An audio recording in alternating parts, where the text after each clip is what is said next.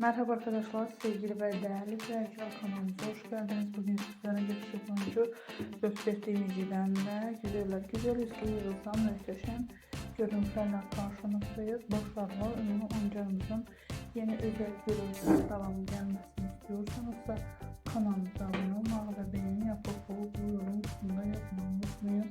Buyurun videomuzu izlemede kalın.